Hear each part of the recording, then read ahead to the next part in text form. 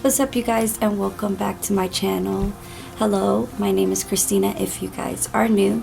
So today this is going to be a quick get ready with me makeup tutorial studies. And I am still getting to learn the Bible, and I'm still learning God's plans and miracles that he did, and also his disciples that were a part of his journey. Talking about a particular verse or a person that I really enjoyed reading about, and the person that I wanted to talk about was Solomon. So if you guys want to hear more about my Bible study / makeover, then just keep on watching. Okay, just gonna clean up my face really quick before I get started, because I don't want nothing to be too dirty on my skin.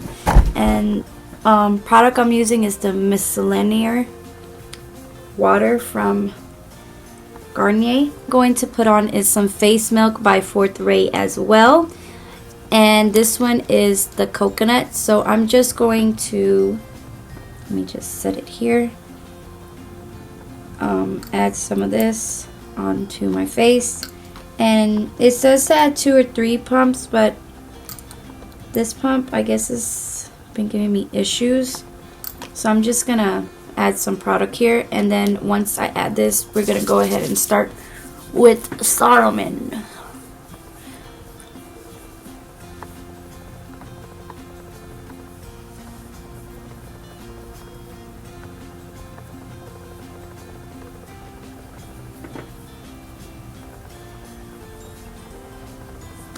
Okay, now that we finished.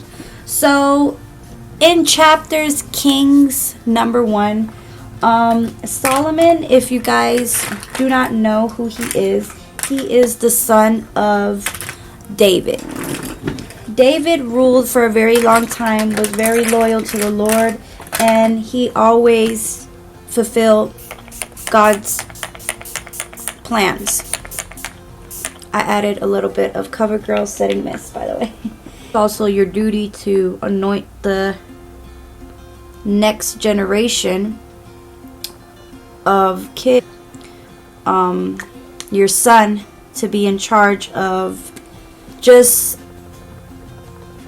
the throne and taking care of God's people. So of course, David anointed Solomon. His son, his other son, his mother, I believe his name was Adonijah. I don't know how to say it, but his name was Adonijah, and his mother heard about that. Before his dad died, he had to take the throne, and she wanted him to do it quick before anything. But of course, the plan wasn't for her son to become the next king. It was really supposed to be Solomon. So she told him that since his father was dying, of course he can already make himself king without any permission, basically. So he went on a couple days having a little feast, a party, claiming to be the king after his father's death without no permission.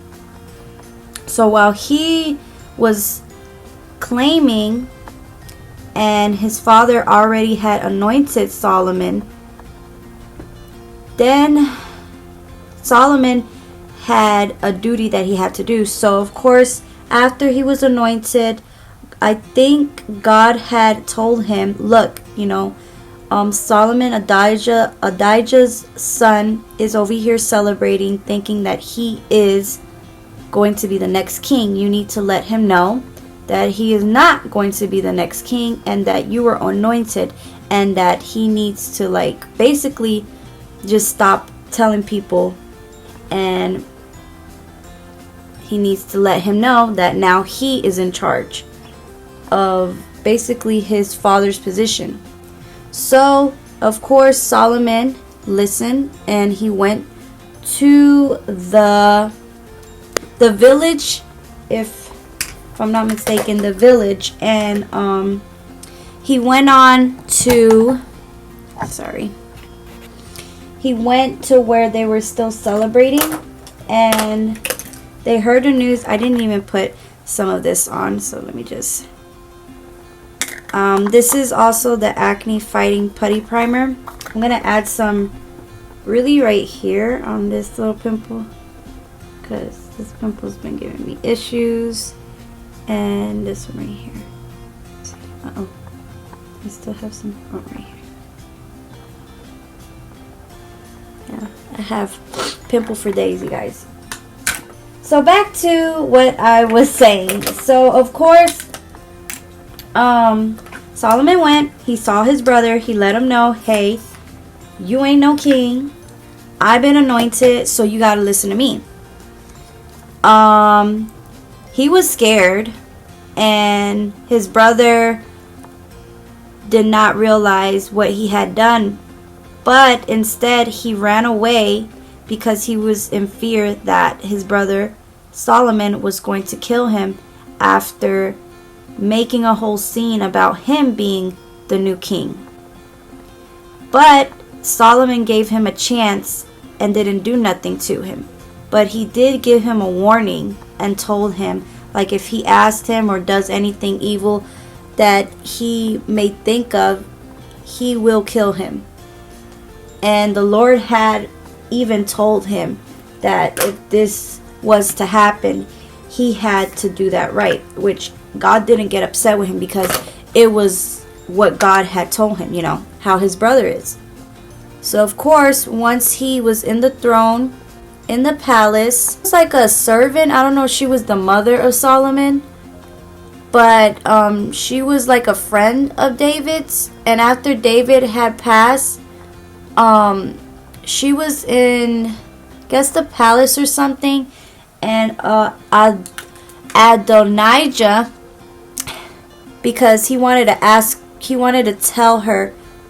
tell his brother that he wanted to get married to this woman that he wanted. And of course Bathsheba listened to him, but she heard what his request was, and it stated here that he said to her that that Solomon was now his kingdom, and it was rightfully his. And he had told Bathsheba that he wanted to get married to this woman by the name of Abishag, the girl from Shunem, she replied. And I don't really know exactly what went down with this person because I was still confused on that part.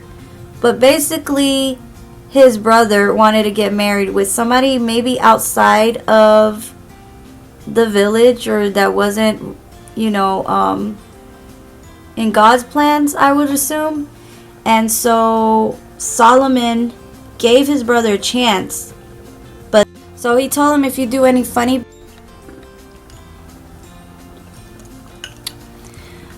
alright you guys, so I was recording the part where I was speaking about Solomon and having to kill his stepbrother, but my camera got cut off because I didn't have enough battery. So if you guys do tend to see me in a different clothing, just know why, and that's the reason why. But it's because I'm still trying to wake up from the morning, because I'm usually up by 6, and today I kind of woke up maybe halfway in 6:20. I woke up pretty late, for me, because I usually wake up at 6 and get my daughters ready. I shower them, then to do their hair and every other thing. So I'm usually like prepped and ready and I have everything set up. But today was one of those days that I just decided to like be like, you know what, it's not gonna work for me today. But let me not talk about myself. And I'm gonna go in with my Super Tone brightening fruit acid from ELF, and this is just gonna help like brighten up my skin so it doesn't look so dead, while I explain to you guys the story. So I don't know where we last left off, but I am going to say that after Adonijah wanted to marry I forgot her name. She has a weird name. But he wanted to marry her because that was his request. So but we're going to say the servant of Solomon told him about what his brother had requested. And he knew that if he say anything or does anything, that instantly Solomon was going to kill him. And once he heard what his servant had to say, he didn't question about it. It was more like, sorry, but you're gonna have to go now, because I told you and I warned you and you still didn't listen. So now it's my job to do what I have to do. So he went and had his brother killed. And although it might sound crucial, but if you read more into the number 1 in Kings, you will learn about that Solomon's stepbrother wasn't really what people think. Like, he might have been very nice and stuff, but of course he had evil intent, and his mother worshipped idols that wasn't God. So you have to understand the difference of good and bad, and what Solomon's duty was in God's plans and his purpose. So if God was like, hey, you need to get this guy out, or you need to do something about it, it was Solomon's job to do that, because he was left with his father's not royalty, but he was left with his legacy, and it was his job to continue the legacy through generations. So after he killed his brother Adonijah,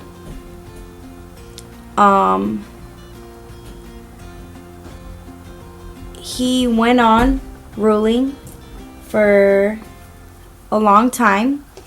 And during this time, I'm really not that close to knowing everything, so if you guys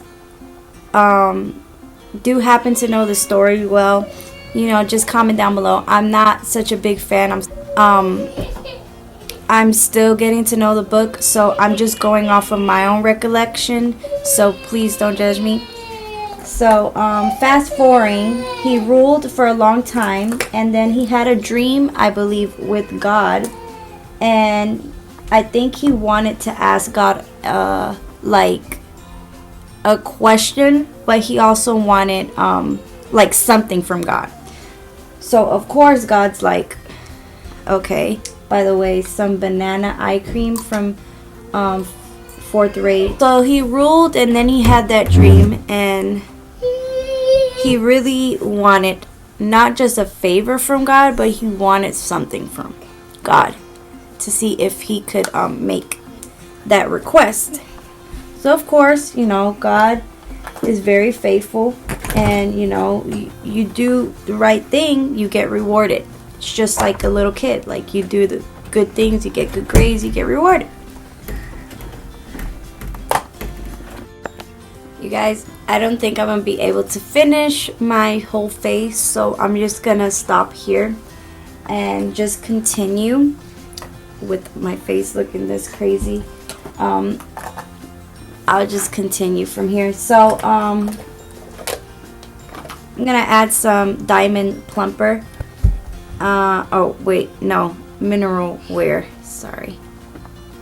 So he ruled, and then he had his dream, and God told him what was his request, what he wanted, because you know that's how some kids are when they want something. So he had told God that help him understand, meaning help me understand someone's situation without judging them, you know, and seeing their struggles and whatever, but also help me judge people correctly when they are doing something wrong or when something's not right. Like for example, like if you steal something and you get caught and you get arrested, but then you tell the judge, no, I didn't do that. It's the judge's job to not judge him, but judge righteously. Like if you're gonna judge somebody, you need to do it the correct way. And if they'd seen it, they have proof, then it's your job to say, no, you're wrong. You have to make up this because of what you did, or you need to repay this back because of what you stole. So that's what Solomon wanted from God. So God was like, all right, I'll give you that. But also God knew how Solomon's future was. So for the past 10, 20 years, Solomon has made treaties with other tribes and other people from Israel to other countries. Never had no war against them, nothing. Everybody exchanged. They learned a lot from him, learned a lot of knowledge, understanding, and whenever people would go, Solomon would kind of give them advice, and every person that has met him have always said nothing but good things, and so they're like, wow, this man really is very outspoken, like he is very knowledgeable and he's very understanding, like he judges really good. And that was something that Solomon wanted. Prosperity and wisdom. I keep forget the understanding. I mean, understanding, it comes with wisdom. So he had a lot of wisdom, and a lot of people learned from him. Even a queen from I don't know what part, maybe I think it was in Egypt or something. She thought that he was like the complete opposite until she met him and seen that he really was who he really is from what others have spoken about him. So he got a lot of wisdom from God. So that is something cool to have. Like you will want to have wisdom because it's experience that you go along in life, growing, seeing things, and understanding and doing the right thing. And I think that that's just a beautiful gift that God gives each and every one of us. So I felt like that was very special. And throughout the years that he reigned, he had gradually got so many animals, crops, just so many things, and he really did take care of his village. Like God really blessed him because of course he was the son of David, and God always made that request for David before he had died, that he wants his legacy, his descendants of his kids to reign on, and God has promised him that always. So for all the King David's children, like, I don't want to say this, but they're very blessed, and they're very blessed in God's eyes. But we're not all perfect, so the only thing that I will say is they do have their issues and things that they have done that in God's eyes was not okay with. And you guys will learn more about that continuing on if you read more into Kings 1 and 2. But that's what Solomon has requested. And then after he had requested that, he started to build God's temple. And he started to prepare it and everything else to make it very holy. So that whenever, you know, anybody does something wrong, they can come to the temple and talk to God. And he made sure that he built God's temple. After he built God's temple, he started to build his own, which it was fine. He did good, and up until he married one of Pharaoh's daughters, and he had a lot of wives. I'm not gonna lie, this man had a lot of wives, but through all of that, he started to go good. It started to go good for him because he was doing good. He had wisdom and prosperity from God, and he was given a gift, and he ruled for a very, very long time. I don't know exactly the years, but just read it in and you'll understand. I don't know, I'm still learning, but I can give you off of my head what I know. He ruled for a very long time. Like, if I could say maybe 60, don't quote me, but it could be 60 years or even longer.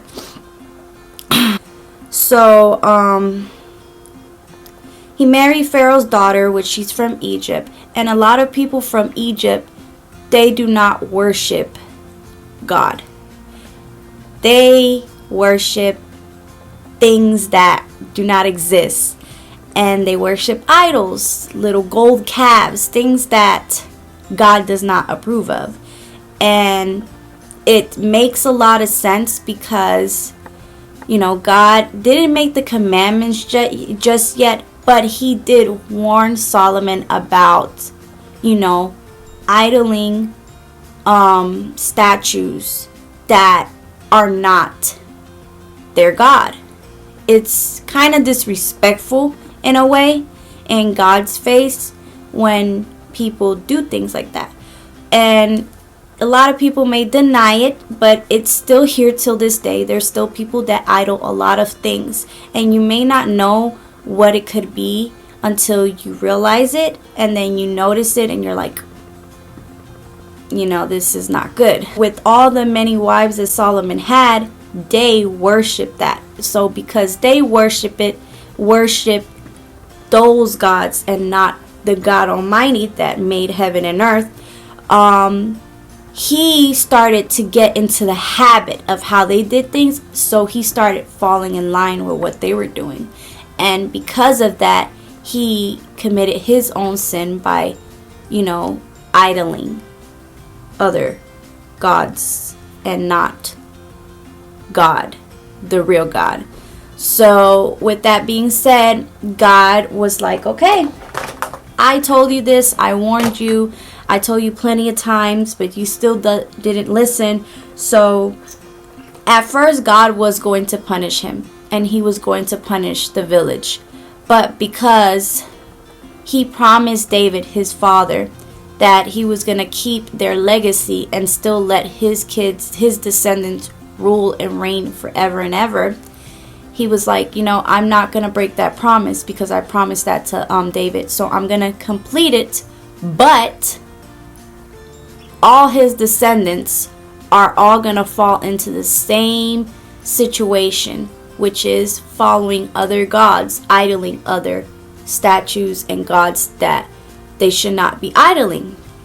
And that's going to be basically like, I don't want to say they're cursed, but yes, it kind of in a way is, because they all had a habit of doing it. And it was kind of like, my grandma did it, so I'm going to do it.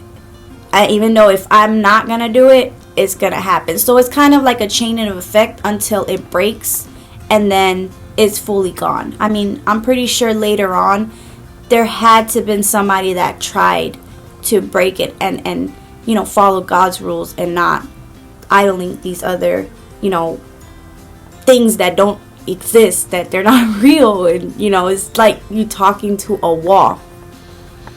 So with that being said, I'm going to spray some Clean Fresh from COVERGIRL. I love this spray, by the way, and I love like the sound of it. Whew. So with that being said,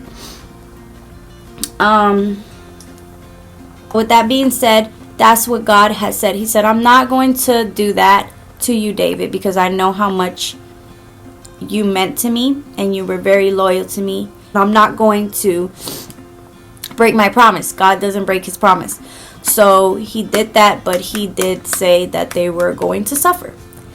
And it turned out that it happened. And it went on for many, many years, up until Jezebel comes in to play. Now this part, I'm kind of still learning about it. So I'm kind of like, I know about Jezebel, but I still don't know about her. All I know is that she is not an Israelite. She is an Egyptian woman. And she also was, I don't know, she was just this woman with all these jewelry and things like that. And that's just what I'm assuming that's how she was. But I had to read more about it. But this woman, I'm going to tell you, she was pretty evil. Like, evil. And God was like, no, you're not going to get away with this, because I'm seeing what you're doing, and you're evil, and no. So I'm going to end it here. I feel like every day in my life, I'm always telling God how I want to be more understanding. I want to love my kids. I want to be more involved. I want to get wisdom from God so that I have understanding. And I don't judge off of somebody, situation, their character, their personality, their skin tone. But if I will judge correctly, judge rightfully. That's what I was trying to say. Judge rightfully. So that's what I want to say. There is a part that I did love and I wanted to share with you guys. This is a really quick sneak peek on how Solomon judged during the time he reigned in the palace and he was king. So there was an issue, and this was one of the things that God had told him. You are going to be a king, but if you are going to judge people, make sure you judge them and it's rightfully. Like, don't judge because you think this person is good and this person is not. You need to look at the situation and judge correctly. So he had two women that came in. These women were both pregnant. Okay, so here I'm going to read the scripture from the judgment so that you guys kind of have a better idea, because sometimes I like to mix stuff, but I want to go with what's in here so I don't confuse y'all.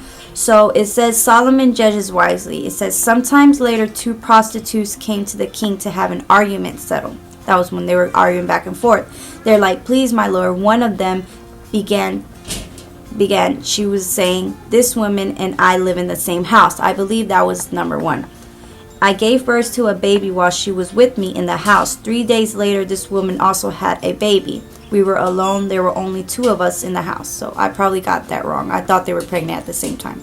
But she had her baby 3 days later. But, the difference is not really a difference because they're still newborn babies, just 3 days apart. I mean, not a big difference. But her baby died during the night when she rolled over on it. She got up in the night and took my son from beside me while I was asleep. Okay, that is accurate. What I said, no. She laid her dead child in my arms and took mine to sleep beside her. And in the morning when I tried to nurse my son, he was dead. But when I looked more closer in the morning light, I saw that it wasn't my son at all. Then the other woman interrupted. It certainly was your son, and the living child is mine. No, the first woman said, the living child is mine, and the dead one is yours. And so they argued back and forth before the king. Then the king said, let's get the facts straight. Both of you claim the living child is yours, and each say that the dead one belongs to the other. All right. Bring me a sword. So a sword was brought to the king, Solomon.